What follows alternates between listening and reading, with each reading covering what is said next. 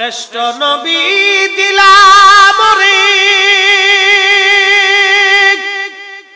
তরিয়ে নিতে রোজ হাসরে, ঠিক কিনা? পথ না ভুলি তাই তো দিলে পাক কুরআনের বাণী খুদা তোমার মেঘের বাণী। সুন্দর ফল মিঠা নদীর পানি খুদা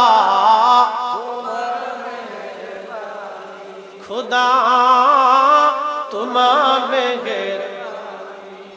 তুমি কতই দিলে রতন ভাই বারাদার পুত্র স্বজন, খুদা পেলে অন্য যুগা মানি চাই না মানি খুদা তোমার মেঘের বাণী।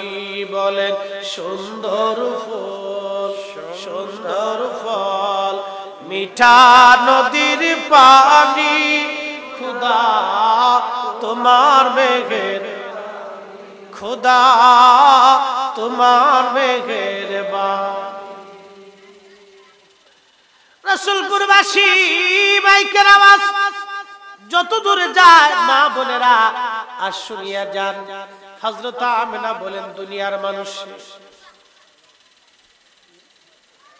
ডান পাশে তাকায় দেখি হযরত হাওয়া, বাম দিকে আবার তাকাইলাম, কে আপনি? আমার পাশে বসে আছেন, চিনলাম না তো। বলে আমিনা রে, আমি ঈসা নবীর মা হযরত মারিয়াম। কি জন্য আপনি আসছেন? আরে আমিনা, আমি ঈসা নবীর মা হতে পারি, পবিত্র সতী সাধেবা তাহেরা তয়্যেবা নারী আমি। দুনিয়ার কোন পুরুষ আমাকে কোনদিন দেখে নাই বেগানা হালতে। দুনিয়ার কোন পুরুষের স্পর্শ আমার শরীরে কোনদিন লাগে নাই। আরে আমিনা, কিন্তু তুমি বড় ভাগ্যবতী, তোমার উদরে রহমাতুল লিল আলামিন আজ নবী তশরীফ আনবে দুনিয়াতে। ওই নবীকে রিসিভ করার জন্য আমার মাওলা, আমার মালিক, আমার আল্লাহ আমাকে জান্নাত থেকে আজ তোমার শিয়রে পাঠিয়ে দিয়েছে। হযরত আমিনা বলেন দুনিয়ার মানুষে, আমার পেটে কোনো ব্যথা ছিল না, প্রসব কোনো যন্ত্রণা ছিল না, কোনো রক্তপাত আমার ছিল না। আমি বুঝতামই না আমার পেটের মধ্যে কোনো সন্তান আছে। এমন সময় লক্ষ্য করে দেখলাম খারাজা মিনহা নূর। নবী বলতেছেন আমার জননী মা দেখলেন মায়ের ভিতর থেকে একটা নূর মুবারক বের হয়ে যায়। ওই নূরের আলোতে কুসুরুস শাম, শামের রাজপ্রাসাদ পর্যন্ত পরিষ্কার দেখা যাচ্ছিল।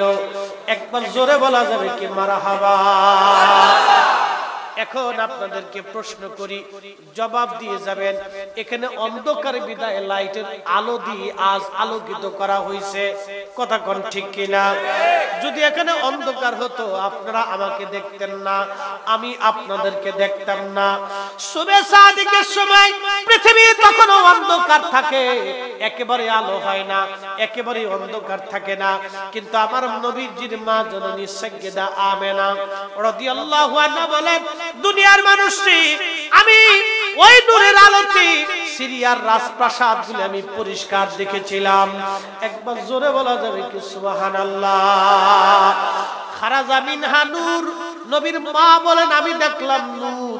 নবী বললেন মা দেখছেন নূর। নবী বললেন আমার মা দেখলো নূর। আমিনা বললেন আমি দেখলাম নূর। তাহলে আমরাও সুন্নিরা বললাম নবী নূর। নবী নূর বলার কারণে যদি বেদাতি হয় তাহলে সবার আগে আমার নবী বেদাতি হবে। কথা কয় নবী নূর আমি আগে বলি নাই, নবীর মা বলেছেন, আল্লাহর হাবিবের মা বলেছেন। হাবিবে কিবরিয়ার মা বললেন আমি দেখলাম নূর। প্রিয় নবীজি বলেন আমি দেখলাম নূর। আমার মা দেখছেন নূর। ওই নূর বের হয়ে আলো বের হলো। হায় হায় হায়, সারা মক্কা থেকে সিরিয়ার রাজপ্রাসাদ পর্যন্ত আলোকিত হয়ে গেল। মক্কার যত প্রতিমা ছিল সব প্রতিমাগুলি সিজদার মধ্যে পড়ে গেল। কাবা শরীফের মধ্যে যত প্রতিমা ছিল সব প্রতিমাগুলি সিজদার মধ্যে পড়ে গেল। আর 1000 বছর ধরে ইরান, বর্তমান ইরান দেশের পারস্য সাম্রাজ্য, সেই রাজবংশরা 1000 বছর ধরে যে আগুনের পূজা করতেছিল, এই আগুনগুলি তাদের নিভে গেল। হঠাৎ করে আগুন নিভে গেল আর প্রাসাদগুলি তাদের একবারে ফাটল ধরলো। রংপুরের প্রাসাদ ফাটল ধরে গেল। ব্যাপার কি, ব্যাপার কি, সব আশ্চর্য হয়ে গেল। পৃথিবীতে হলো কি। তখন তারা গণনা করে দেখলো, দার্শনিক এনে দেখলো সর্বনাশ, এমন একজন নবী দুনিয়াতে তশরিফ এনেছে যার আগমনের কারণে রোম সাম্রাজ্য হারিয়ে যাবে, পারস্য সাম্রাজ্য হারিয়ে যাবে, পৃথিবীর বড় বড় সাম্রাজ্যগুলি নিশ্চিহ্ন হয়ে যাইয়া আল্লাহর কালেমার পতাকায় জমিনের ভিতরে উঠতে থাকবে। আল্লাহু আকবার ধ্বনিতে সারা পৃথিবী ময়ময় করবে। একবার জোরে বলা যাবে আল্লাহু আকবার।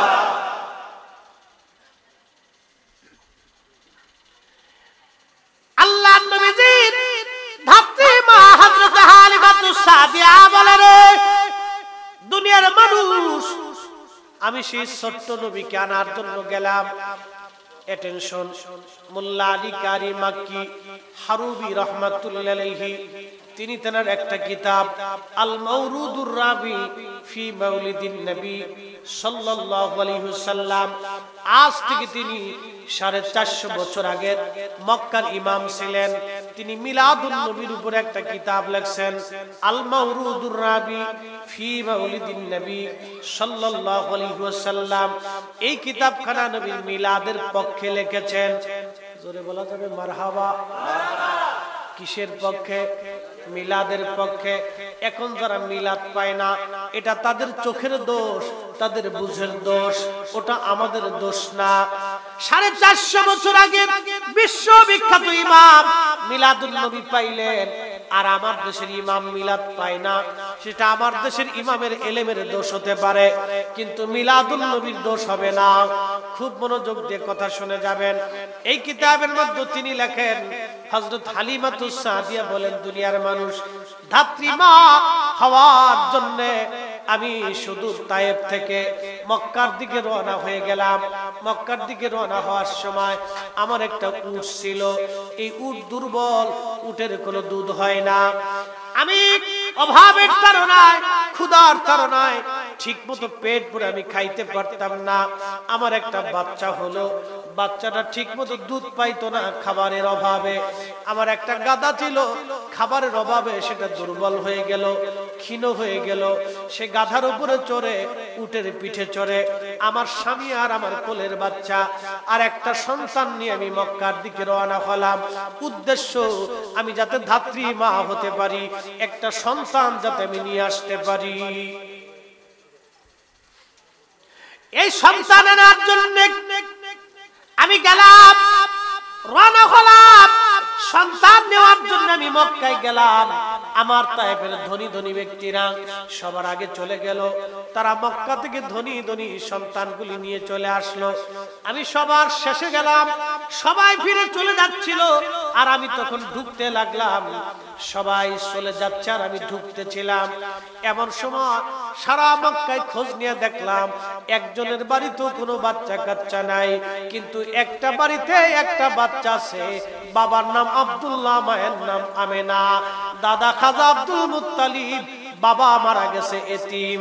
এতিম সন্তানের লালন পালন কে করবে?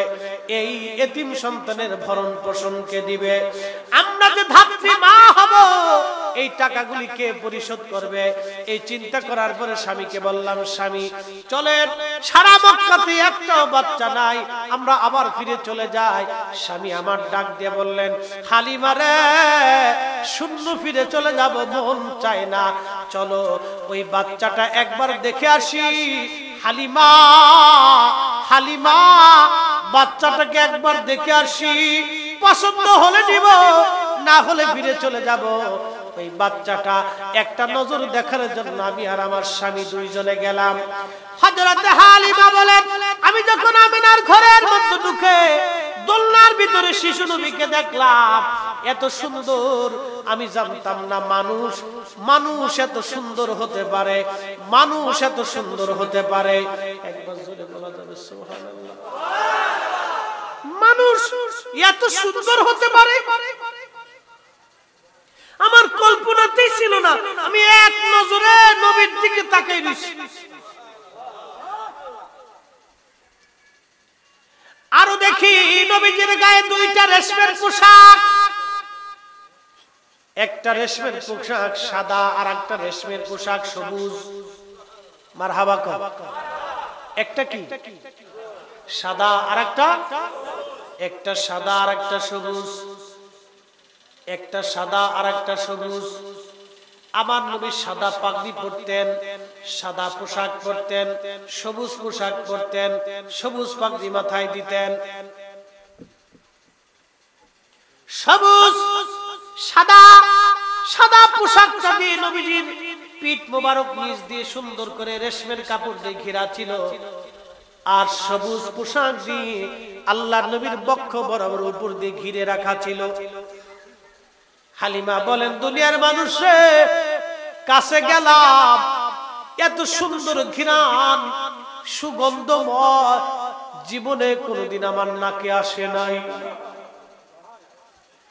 হযরত হালিমা বলে, দুনিয়ার মানুষটি এত সুন্দর ঘ্রাণ আমি কোনোদিন পাই নাই, কিন্তু এই রেশমের পোশাক দুনিয়ায় কারো বানানো না। এই রেশমের পোশাকগুলি জান্নাত থেকে নবীর জন্য পাঠানো হয়েছিল। আল্লাহু আকবার। কত বড় দামি নবীর উম্মত। জান্নাত থেকে এই রেশমের কাপড় নবীর জন্য পাঠানো হলো। হযরত হালিমাতুস সাদিয়া বলেন, দুনিয়ার মানুষে তোমরা শোনো শোনো, আমি এই নবীকে দেখার জন্য যাওয়ার পরে পাগল পারা হয়ে গেলাম। এত সুন্দর চেহারা। স্বামীরে ডাক দেয়া বললাম, স্বামীরে আমি এই বাচ্চা ছাড়া ফিরে যাব না। চিৎকার মেরে বলবেন কি ইয়া রাসূলুল্লাহ। সবাই ধরে ধরে নিয়ে গেল। হালিমা গরিবটাকে পাইল। তার মানে যারা নবী পাবে তাদের কপাল লাগে। এ কথা বলেন না কেন? কি লাগে? কি লাগে? কপাল। কপাল লাগে, কপাল। নসিব লাগে, নসিব। নবী পাইতে হলে নসিব লাগে, নবী ভালোবাসতে হলে নসিব লাগে। নসিব লাগে, নসিব ছাড়া হবে না। হাজার চেষ্টা করলে পাবেন না।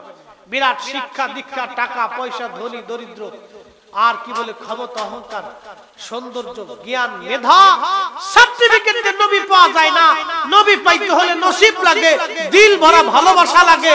ভালোবাসা ছাড়া নবী মিলে না। কথা কোন ঠিক কিনা? খুবই মনোযোগ দিয়ে শুনিয়া যান। হযরত হালিমাতুস সাদিয়া বলেন, দুনিয়ার মানুষে আমি পাগল পারা হয়ে গেলাম। এমন পাগল পারা হলাম, আল্লাহর নবীর বক্ষ বরাবর থেকে আমি রেশমের কাপড়খানা সরাইলাম। রেশমের কাপড় সরাইয়া আমি বুকের মধ্যে আলতো আলতো করে হাত আমি বুলাইতে লাগলাম। বুকের মধ্যে আলতো আলতো করে যখন হাত বুলাই, আল্লাহর নবীর ঘুম ভেঙে গেল। হালিমাতুস সাদিয়া বলেন, দুনিয়ার মানুষ আমি দেখলাম নবীজি আমার দিকে তাকায় ছোট্ট করে একটা মুস্কি হাসি দিল। ওই হাসিতে আমি হালিমা আরো পাগল পারা হয়ে গেলাম। আরো দেখি নবীজির জুলফি মোবারকের মাঝখান থেকে কপাল, এই পবিত্র কপাল মোবারক থেকে একটা নূর মোবারক বের হইয়া একবারে এই আসমান বরাবর এই নূর, মধ্য আসমান বরাবর এই নূর চলে গেল। একবার জোরে বলা যাবে কি আল্লাহু আকবার। সালাতুন ইয়া রাসূলুল্লাহ আলাইকুম, সালামুন ইয়া হাবিবাল্লাহ আলাইকুম, সালাতুন ইয়া রাসূলুল্লাহ আলাইকুম, সালামুন ইয়া হাবিব। খবর লও ইয়া রাসূলুল্লাহ, খবর লও মেরে মাওলা मेरे आका खबर लो सलातुनिया रसूल अल्लाह अलैकुम सलामुनिया हबीब अल्लाह। কষ্ট হয় তাহলে একসাথে জোরে বলি তো আল্লাহু আকবার। বেশি রাত করব না, যেহেতু মিলাদুন নবীর সামনে নবীজি পৃথিবীতে আসছে কিভাবে এটা আমাদের বোঝা দারুণ বড় দরকার। হযরত হালিমাতুস সাদিয়া বলেন, দুনিয়ার মানুষে আমি দেখলাম ওই নূর মুবারক আসমান বরাবর কপালের মধ্যে চুমা খাইলাম, কোলের মধ্যে নিলাম আমার ডান স্তনের দুগ্ধ, আল্লাহর নবীর মুখের মধ্যে দিলাম পবিত্র মুখে। আর আমি ছিলাম দুর্বল, প্রিয় নবীকে কোলে নেওয়ার সঙ্গে সঙ্গে আল্লাহ প্রদত্ত আল্লাহ ক্ষমতা বলে আমার পুরো শরীরে শক্তির সঞ্চয় হলো। আর আমার উট ছিল দুর্বল, উটের কোনো দুধ ছিল না। দুনিয়ার মানুষে আমি দেখলাম ওই উট আমারটা সবল হয়ে গেল, আমার স্বামী দৌড়াই গেল উটের দুধ দহন করার জন্য। যেই উটের এক কাতরা দুধ হতো না, সামান্য পরিমাণে দুধ হতো, আমার স্বামী দৌড়ায় যায় পাতিল ভরে দুধ দহন করে নিয়ে আসছে। এসে বলল, হালিমা রে, এমন শিশু তুমি পাইছো, এই শিশু ছাড়া আমরা আর বাড়ি যাব না। যদি পয়সা দেয় বা দিক, না দেয় বা না দিক, এই শিশু ছাড়া আমি বাড়ি যাব না। হালিমা বরকতওয়ালা নসিবওয়ালা শিশু আমরা পাইছি, এই শিশু ছাড়া বাড়ি যাইতাম না। বাজান রে, নবী পাইতে হলে কপাল লাগে, কপাল লাগে, নসিব লাগে, নসিব লাগে, নসিব ছাড়া নবী পাওয়া যায় না। হযরতে হালিমাতুস সাদিয়া বলেন, দুনিয়ার মানুষ আমার গাধা ছিল দুর্বল, গাধা হয়ে গেল সবল। পরের দিন সকালবেলা আমি আমার শিশু নবীকে নিয়ে রওনা হব। আমি গাধার পিঠের উপরে চললাম, হযরত আমেনা আসছে, এসে বলে, ওরে হালিমা, তুমি জানো না আমার এই সন্তান কত বড় শানদার, আমার এই সন্তান কত বড় ইজ্জতওয়ালা, আমার এই সন্তান কি হবে রে হালিমা, তুমি জানো না আমার এই সন্তান কি হবে রে হালিমা, তুমি জানো না। হালিমা, আমি তার মা, যখন পেটের মধ্যে ছিল কিছুই আমি জানতাম না। স্বপ্নের ঘরে কে জানি বলে যাই, তোরে আমেনা তুমি বড় ভাগ্যবতী, আখিরি নবী রাহমাতুল লিল আলামিন তোমার উদরে তশরিফ এনেছে রে আমেনা। ওরে হালিমা, আমার সন্তান পৃথিবী বিখ্যাত শানদার নাম কর্ণেওয়ালা হবে, তার নাম মুহাম্মদ রাখা হয়েছে। শোনো রে হালিমা, আমার সন্তানকে কিন্তু দেখে রাখবে আর আদর করবে, যেন কষ্ট না হয়। তোমার কাছে আমার কলিজার টুকরা মুহাম্মদকে দিয়ে দিলাম রে হালিমা, লালন পালন করবি, সাবধান আমার সন্তানের যেন কোনো ক্ষতি না হয়। আমি বললাম, বোন আমেনা, রওনা করলাম তোমার সন্তান নিয়ে, বিনিময় দেওয়া লাগবে না, যদি পারো দিও, না পারলে না দিও। হযরত আমেনা বলেন, দুনিয়ার মানুষ, আমি যখন আল্লাহর নবীকে কোলের মধ্যে নিলাম, আমার উট ছিল দুর্বল, উট হয়ে গেল সবল। আমার গাদা যেটা ঝিমাইয়া ঝিমাইয়া তায়েফ থেকে মদিনায় মক্কায় আসছে, সেই গাধাটা আজ সবল হইয়া লাফাইয়া লাফাইয়া পথ চলতেছে। আমার উট রশি শিরে টান দিয়ে আমাদেরকে ফেলে রেখে উট কাবা শরীফের সামনে যাইয়া সেজদার মধ্যে পড়ে গেছে। একবার চিৎকার মেরে বলা যাবে আল্লাহু আকবার। এই উট কাবা শরীফের সামনে সেজদার মধ্যে পড়ে গেল। সুবহানাল্লাহ বলবে।